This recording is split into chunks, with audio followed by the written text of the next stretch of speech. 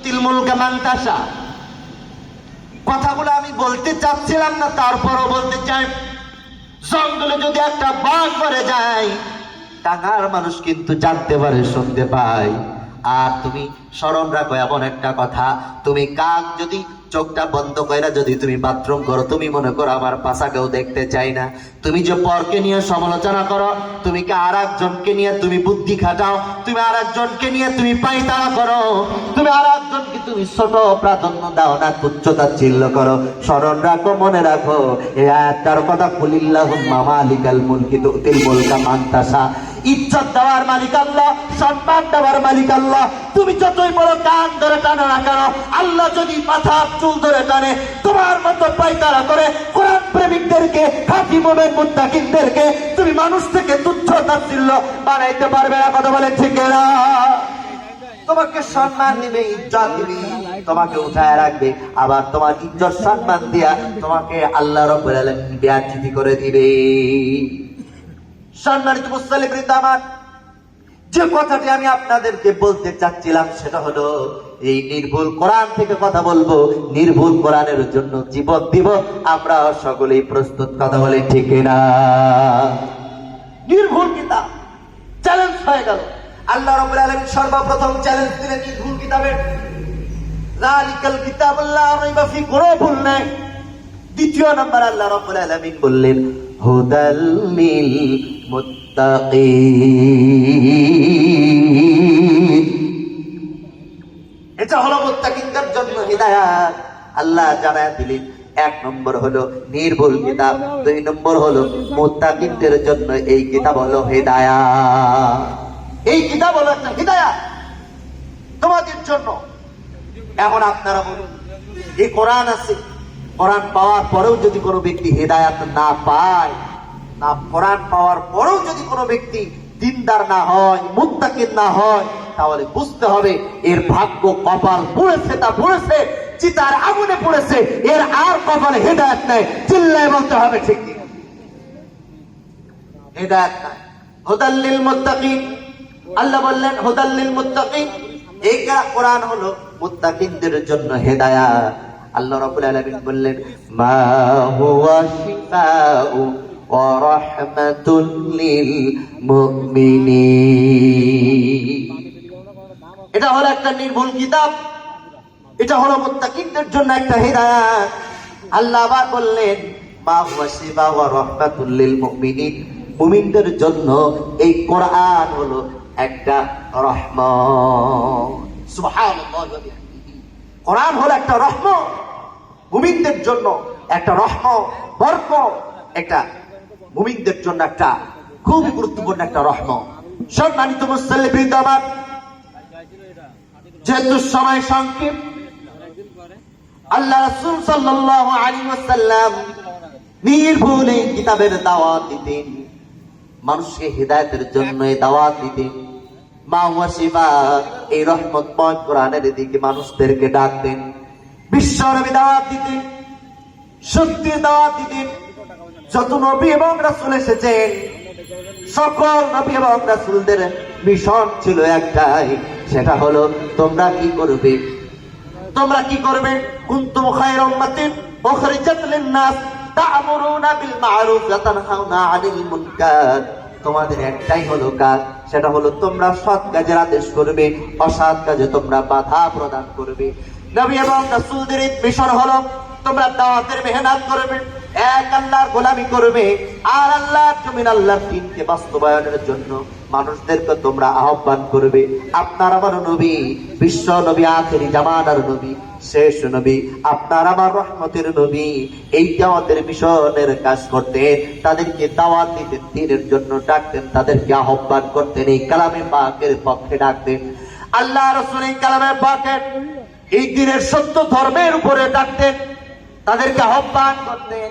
আল্লাহ রাসূল সাল্লাল্লাহু আলাইহি ওয়াসাল্লাম এই দ্বীনের উপরে দাওয়াত দেওয়ার কারণে, আহ্বান করার কারণে, কালেমার দাওয়াত দেওয়ার কারণে কাফের মুশরিকেরা আবু লাহাব, উতবা, সাইবা, মুগীরা, তারা হলেন নিজের চাচা, তারপরও আল্লাহ রাসূলের উপরে চূড়ান্ত দুশমন হয়ে গেল। এখন আপনাদের কাছে বলতে চাই, আপনারা বলুন আল্লাহ রাসূলের চাচা আবু তালেব, আবু লাহাব, উতবা, শাইবা, মুগীরা, আল্লাহ রাসূলের সঙ্গে কিন্তু জমি জায়গা নিয়ে কোনো গ্যাঞ্জাম ছিল না। আল্লাহ রাসূলের সঙ্গে কিন্তু তাদের কোনো পারিবারিক গ্যাঞ্জাম ছিল না, অন্য কোনো শত্রুতা ছিল না। শত্রুতা ছিল একটাই, তিনি দাওয়াত দিতেন লা ইলাহা ইল্লাল্লাহু মুহাম্মাদুর রাসূলুল্লাহ। আল্লাহ হলেন এক, অদ্বিতীয় কোনো শরীক নাই। আল্লাহ রাসূল হলেন আল্লাহর পক্ষ থেকে বান্দা এবং রাসূল হয়ে এসেছে। তার উপরে কোরআন অবতীর্ণ করা হয়েছে, তার উপরে ওহী প্রেরণ করা হয়েছে। চাচাজি, তোমরা যারা আগুনের পূজা করো, তোমরা যারা মূর্তির পূজা করো, তোমরা যারা গাছের পূজা করো, দেব দেবীর পূজা করো, তোমরা যারা পাহাড়ের পূজা করো, এইগুলো ছেড়ে দাও, তোমরা এক আল্লাহর গোলামি করো। আল্লাহ হলেন এক, অদ্বিতীয় কোনো শরীক নাই। এটা হলো আল্লাহর সঙ্গে শিরিক, এটা হলো মিথ্যা, এটা হলো সত্য নয়। এই দিনের দাওয়াত যখন দিতেন আল্লাহ রাসূল, এই দিনের দাওয়াত দেওয়ার কারণে আল্লাহ রাসূল সাল্লাল্লাহু আলাইহি ওয়াসাল্লাম তাদের কাছে চূড়ান্ত শত্রু হয়ে গেল। আল্লাহ রাসূল সাল্লাল্লাহু আলাইহি ওয়াসাল্লাম এমনকি তাদের সঙ্গে যুদ্ধ পর্যন্ত করেছিলেন। এখন আমি আপনাদেরকে যেখানে নেওয়ার জন্য আমি আপনাদেরকে কথাগুলো জেনে এনেছি, সেটা হলো আল্লাহ রাসূল সাল্লাল্লাহু আলাইহি ওয়াসাল্লাম, এখন যুদ্ধ হলো, বিভিন্ন সময় যুদ্ধ হলো। আল্লাহ রাসূল সাল্লাল্লাহু আলাইহি ওয়াসাল্লাম দ্বীনের দাওয়াত দিতে লাগলেন। এমন অবস্থায় কাফির মুশরিকরা আবু লাহাব, উতবা, শাইবা, মুগীরা একটা গোপন বৈঠক করলো। আল্লাহ রাসূলের সঙ্গে তো কম যুদ্ধ করলাম না, আল্লাহ রাসূলের সঙ্গে তো কম গাঞ্জা হলো না, আর তার সঙ্গে তো আমরা কম বৈঠক করলাম না, কিন্তু কোনোভাবে তো আল্লাহ রাসূলের সঙ্গে পারা যাচ্ছে না। কি করা যায়? তারা এক ইনফিরাদে একটা বৈঠক করলেন। আবু লাহাব, উতবা, শাইবা, মুগীরা এক জায়গায় বসে বৈঠক করলেন। বলে কি করা যায়? এইভাবে তো আল্লাহ রাসূলের সঙ্গে, মুহাম্মাদের সঙ্গে পারা যাবে না, তাহলে কি করা যায়? আমরা বড় একটা মিটিং এর আয়োজন করে বসি, সবাই সেখানে উপস্থিত করা হবে, তাহলে এই কাজটা কালকে করা যায়। সিদ্ধান্ত হয়ে গেল, কালকে সকলকে তাদের কাফেলার ভিতরে যারা আছে, কাফের মুশরিকের ভিতরে যারা আছে, কাফের মুশরিকদের সকলে ঢোল তাবলা বাজায় স্লোগান হয়ে গেল, কালকে একটা বড় মিটিং হবে, মিটিং এর সভাপতি হয়ে যাবে আবু লাহাব, উতবা, শাইবা, মুগীরা। এমন একটা আয়োজন হলো, সবাই সেখানে উপস্থিত হয়ে গেল, কাফের মুশরিকেরা। এখন আপনাদেরকে আমি যে কথাটি বলতে চাইলাম, এই কাফের মুশরিকেরা এই বড় একটা আয়োজন হলো, আয়োজনের ভিতরে মূল এজেন্ডা হলো, তোমরা যারা উপস্থিত হয়েছ, ঘটনাটি আমি সংক্ষেপ করে বলার চেষ্টা করছি। আল্লাহ রাসূল সাল্লাল্লাহু আলাইহি ওয়াসাল্লামকে নিয়ে মূল এজেন্ডা তুলে ধরা হলো যে আজকে আমরা যারা এখানে উপস্থিত রয়েছি সকলের কাছে একটা এজেন্ডা ছড়িয়ে দিতে চাই। সেটা হলো কি, আমরা তো এই পর্যন্ত আল্লাহ রাসূল বলে যে মুহাম্মদ দাবি করে, মুহাম্মাদের সঙ্গে তো আমরা কম যুদ্ধ করলাম না, আমরা তো কম তার সঙ্গে আমরা কথোপকথন হলো না, যুদ্ধ হলো পারলাম না, তার সঙ্গে আমরা আপোষ নামে বসেছি পারলাম না, কোনোভাবে তো তার সঙ্গে পারা যাচ্ছে না। কি করা যায়? সিদ্ধান্ত হয়েছে এর ভিতরে কে আছে একজন, সে একজন খাড়া হয়ে যাবে, তার জন্য পুরস্কারের সিদ্ধান্ত হয়েছে। কে আছে একজন খাড়া হয়ে যাও এই মজলিসের ভিতর থেকে, আর মুহাম্মাদের সঙ্গে আমরা কোনো আপোষ নামায় আসবো না, কোনো যুদ্ধে আর আসবো না, সরাসরি বলতে পারবে কে আছে মুহাম্মাদের মাথা কেটে আমাদের কাছে আলাদা করে আমাদের কাছে জমা দিতে পারবে। আবু লাহাব যখন এই এজেন্ডা যখন উপস্থাপন করলো, এই মজমার ভিতরে শত শত কাফের মুশরিকেরা ছিল। এই মজমার ভিতর থেকে একজন খাড়া হয়ে দাঁড়ালেন আর তরবারি উঁচু করে বললেন, আমি আসি ওই মুহাম্মদ, আব্দুল্লাহর বেটা মুহাম্মাদের মাথা কেটে আমি আপনার কাছে উপস্থিত করার জন্য প্রস্তুত। সকলে এক বাক্যে জবাব দিল, হয়তোবা ওমরের পক্ষে সম্ভব। ওমর যখন খাড়া হয়ে তরবারি নিয়ে আওয়াজ দিল, এটা ওমরের পক্ষে সম্ভব, সকলেই জবাব দিল। আর যখন এই জবাব দিয়া ওমর তরবারি নিয়ে রওনা হলো, ক্রন্দন বেড়ে গেল। একে একে দাওয়াত দেয়, আমাদের বাপদাদার ধর্ম ত্যাগ করে মুহাম্মাদের কালেমা পড়ে মুসলমান হয়ে যায়। কোন আপোষ নামা চলবে না, মুহাম্মাদকে দুনিয়ার থেকে বিদায় করে দিয়া কল্লা কেটে মাথা আলাদা করে ইমানের প্রজ্বলিত আগুন আর ইসলামের বাতি জ্বালানো বন্ধ করে ছেড়ে দিব। জোরে বলি নাউজুবিল্লাহ। আল্লাহ রাসূলের মাথা কাটার জন্য, কল্লা থেকে মাথা আলাদা করে দেওয়ার জন্য ওমর ফারুক রাদিয়াল্লাহু তাআলা রওনা হয়ে গেল। ওমর ফারুক রাদিয়াল্লাহু তাআলা নূর ক্রন্দন বেড়ে গেল।